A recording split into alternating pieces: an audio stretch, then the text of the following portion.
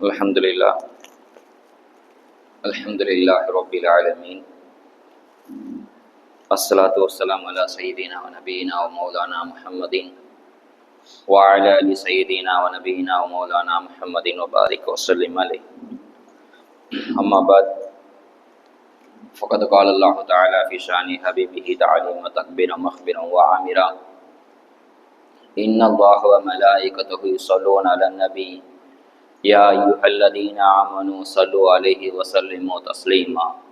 Allahumma salli ala sayyidina Muhammadin wa ala ali sayyidina Muhammadin wa barik wa sallim alaihi. Wa ma tawfiqu illa billah. La hawla wa la quwwata illa billahil aliyyil azim. Rabbi shrah li sadri wa yassir li amri wa hlul 'uqdatam min lisani yafqahu qawli.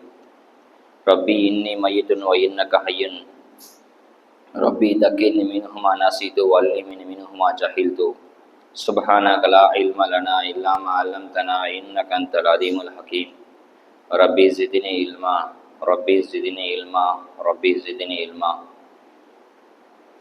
Al-madad ya Rasulullah, al-madad ya Ghaus, al-madad ya Sheikh.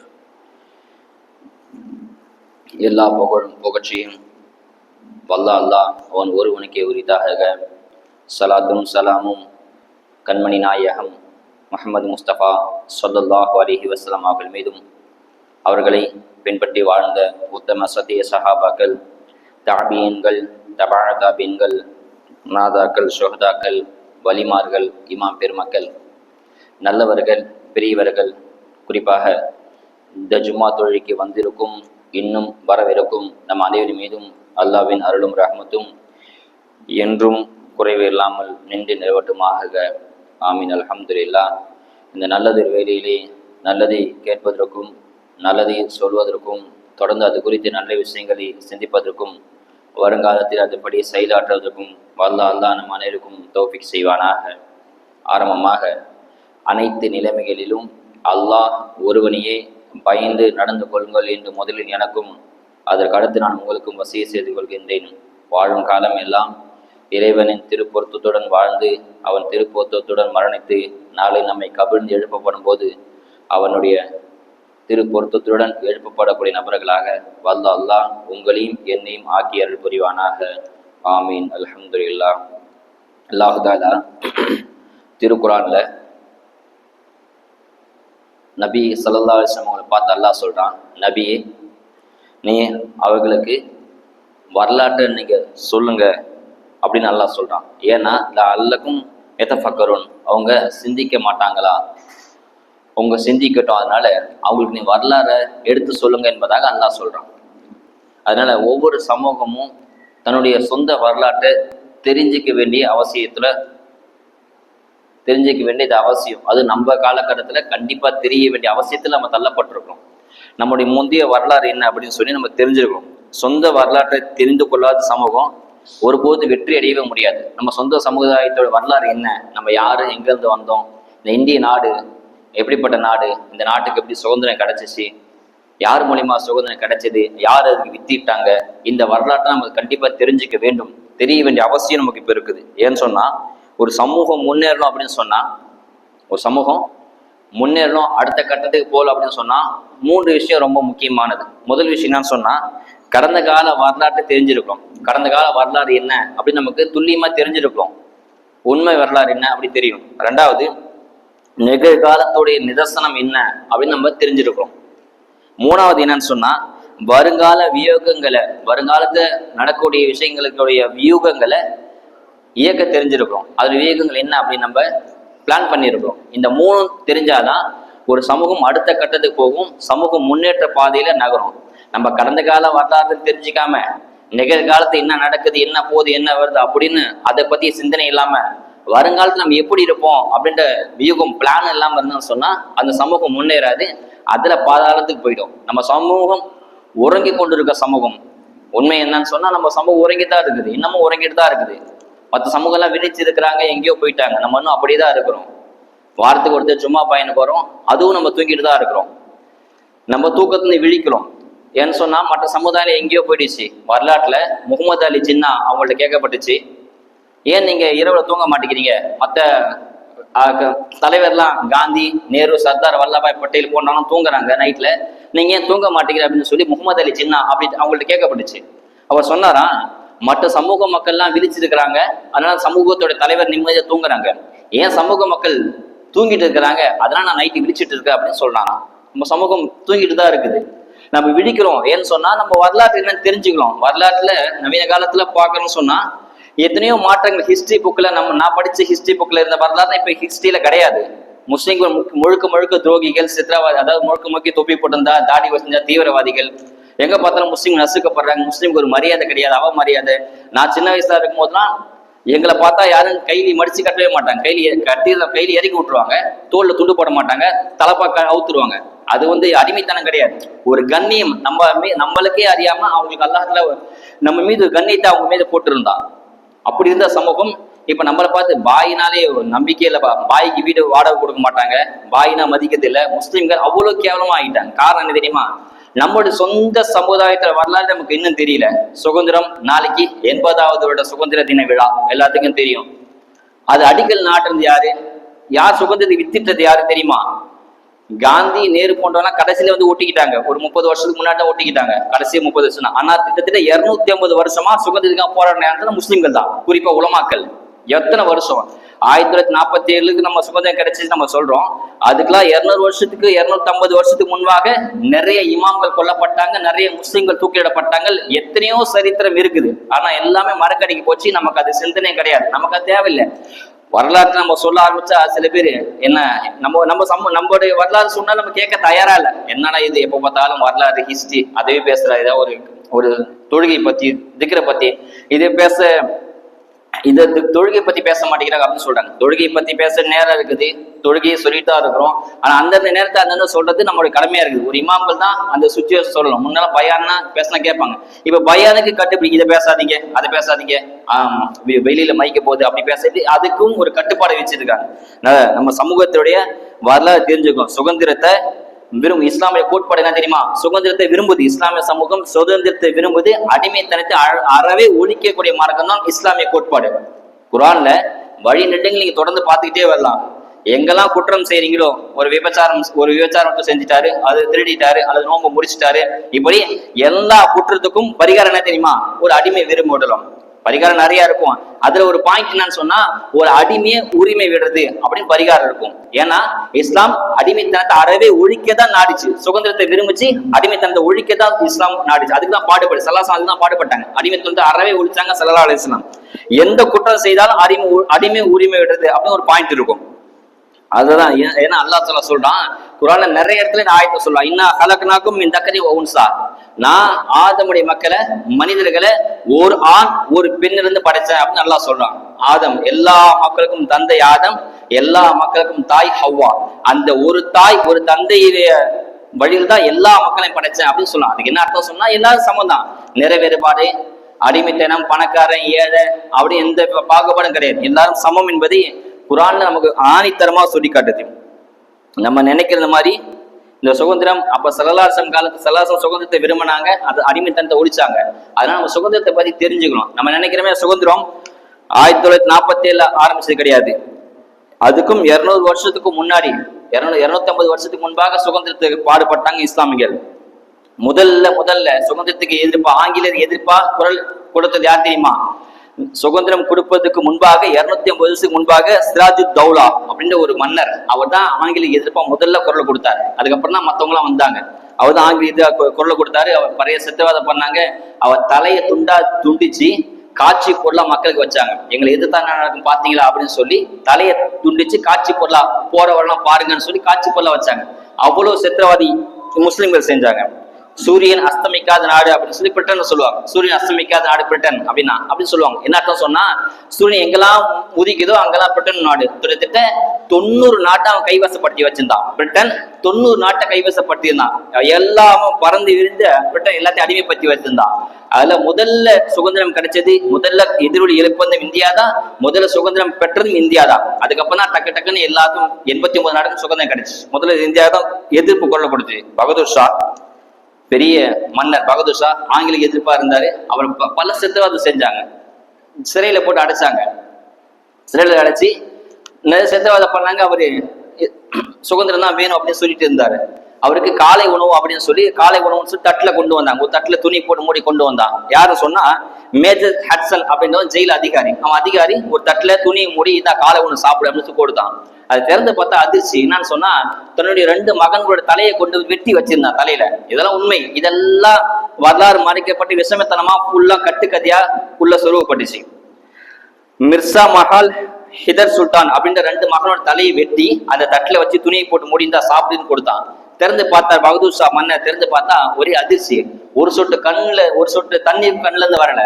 அந்த major Hatsun கேட்டா, என்னப்பா நீ ஆசையா வளர்த்த மகனுடைய தலையை தட்டுல கொண்டு வந்திருக்க, நீ அழுக மாட்டியா அப்படின்னு. அப்போ அவர் சொன்ன வார்த்தை பகதூர் ஷா சொல்றாரா, நான் அழுதுன்னு சொன்னா உனக்கு அது வெற்றியா போயிடும். எந்த வீரனும் எதிரிக்கு முன்னால அழுக மாட்டாங்க. நான் அழுதா நான் உனக்கு சிரிப்போரு நீ வெற்றி அடைஞ்சிருவேன். அதனால நான் அழுக மாட்டேன். சுகத்துக்காக என் மகன்கள் தலையை கொடுத்தது எனக்கு சந்தோஷம் என்பதாக பகதூர் ஷா சொன்னார்.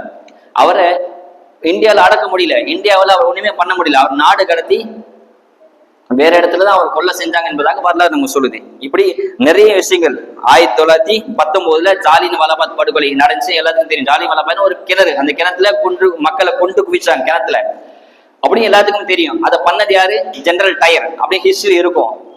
அதில் நடந்த உண்மை சம்பவம் என்ன தெரியுமா? அந்த 1919 ஜாலியன் வாலாபாக் படுகொலையில திட்டத்திட்ட பெரும்பாலான மக்கள் முஸ்லிம்கள் தான் கொல்லப்பட்டாங்க. கிட்டத்தட்ட 99.9% முஸ்லிம்கள் தான் கொல்லப்பட்டாங்க. ஆனா ஜெனரல் டயரை கொன்னாரு. ஜாலியன் வாலாபாக் படுகொலை நடந்துச்சு 1910 நடந்துச்சுன்னு தான் ஹிஸ்டரி புக்ல இருக்கமே தவிர கொல்லப்பட்டது யாருன்னு இருக்காது. மறக்கடிக்கப்பட்டது முஸ்லிம்கள் தான். பெரும்பாலான சகிதானங்க அங்க முஸ்லிம்கள் தான். இப்படி நிறைய விஷயங்கள் மறக்கடிக்க போச்சு. அதுல நமக்கு எந்த விழிப்புணர்வும் கிடையாது. 1857 லட்சக்கணக்கான முஸ்லிம்கள் மரத்துல தூக்கிலிடப்பட்டாங்க. கிட்டத்தட்ட டெல்லி டு லக்னோ, டெல்லியிலிருந்து லக்னோக்கு வர வழியில கிட்டத்தட்ட 400 கிலோமீட்டர் இருக்கும். 400 கிலோமீட்டர்ல எல்லா மரத்திலும் முஸ்லிம்கள் கொலை செய்யப்பட்டு தூக்கில் தொங்கப்பட்டாங்க. எல்லா மரத்தையும் முஸ்லிம்கள் சடலம் பிணங்கள் தொங்கப்பட்டுச்சு. லட்சக்கணக்கான மக்கள்.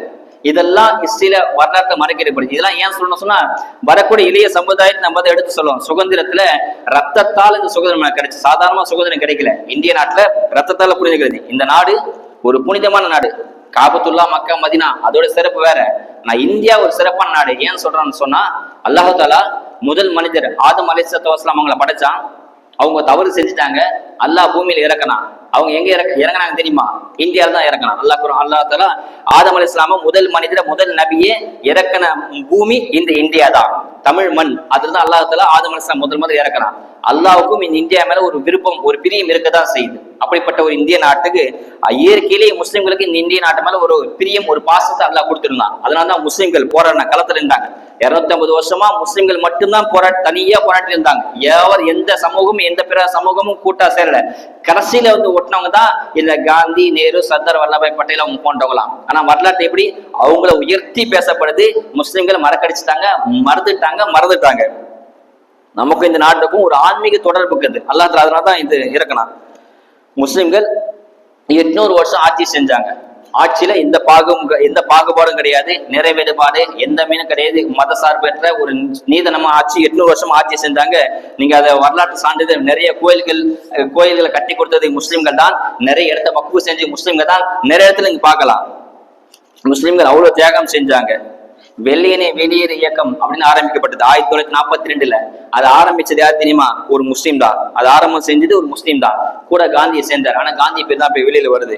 இப்படி நிறைய விஷயத்துக்கு முஸ்லிம்கள் தான் அடிக்கல காட்டினாங்க. ஒத்துழையாம இயக்கம், அதாவது ஆங்கிலத்தை எந்த விஷயத்த ஒத்துமை அவங்க இயக்கிற பொருட்கள் அவங்க கூட வேலை செய்து அவங்க மொழி கத்துக்கிறது, இப்படி எதிலும் ஒத்துமையா போகக்கூடாது அப்படின்னு ஒரு ஒத்துழையாம இயக்கம் அப்படி இயக்கம் ஆரம்பிக்கப்பட்டுச்சு.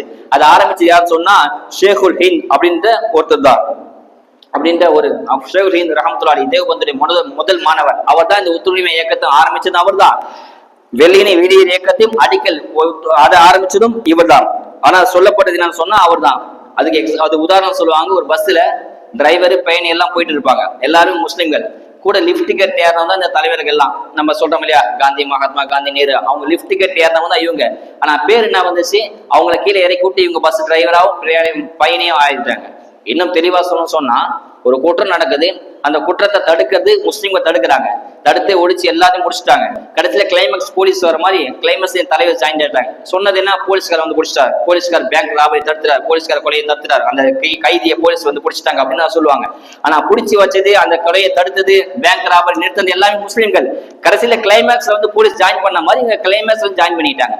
பேர் என்ன வந்துச்சு, இவதான் மகாத்மா, இவதான் பெரிய தலைவர் அப்படின்ற மாதிரி. சில பேர் காந்தி குறை சொன்னா பிடிக்காது, நான் குறை சொல்லல, உண்மைனா அதுதான் சொல்றேன், அதுதான் நம்ம கடமை. அதுதான் உண்மையை வெளிக்கொண்டு வரதான் ஒரு இமாமுடைய கடமை.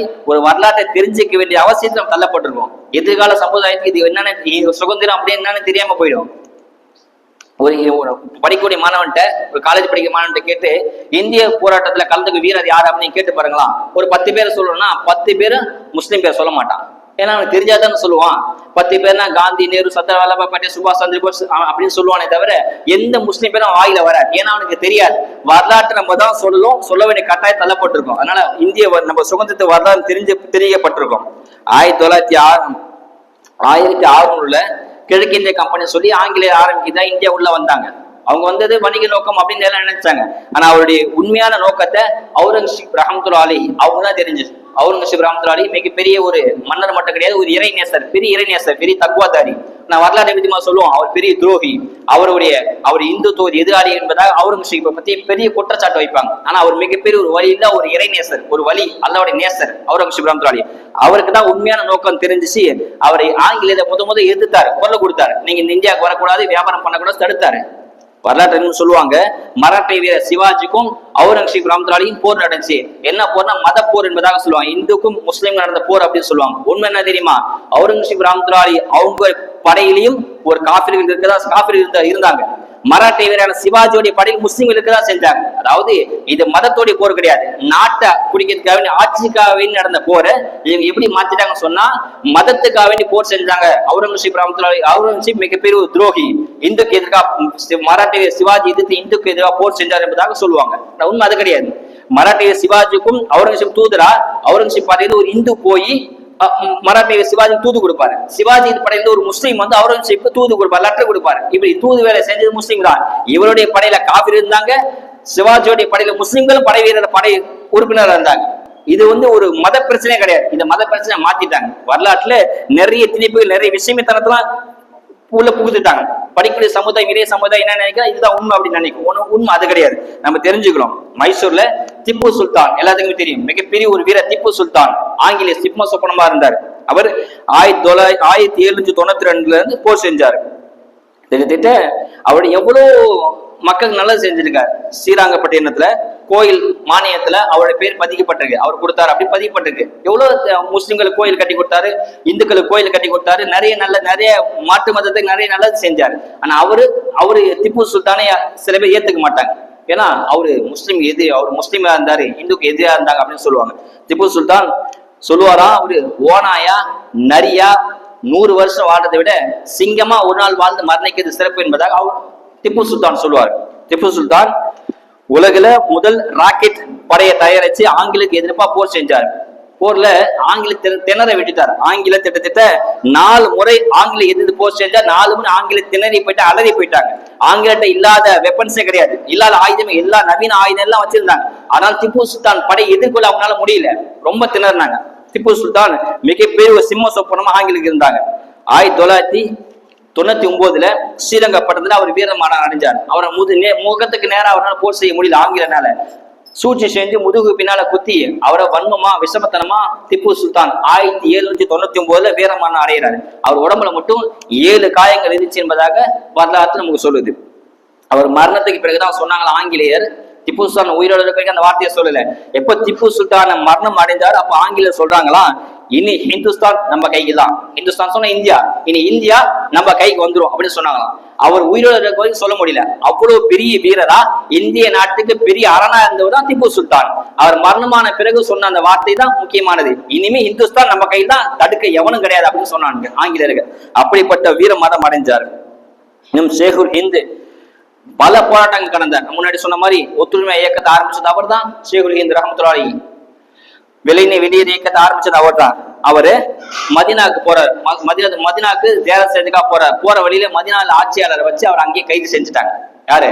ஷேகுல் ஹிந்த் ரஹமத்துல்லாஹி அவங்க கைது செஞ்சாங்க, சிறையில் அடைக்கப்படுறாங்க.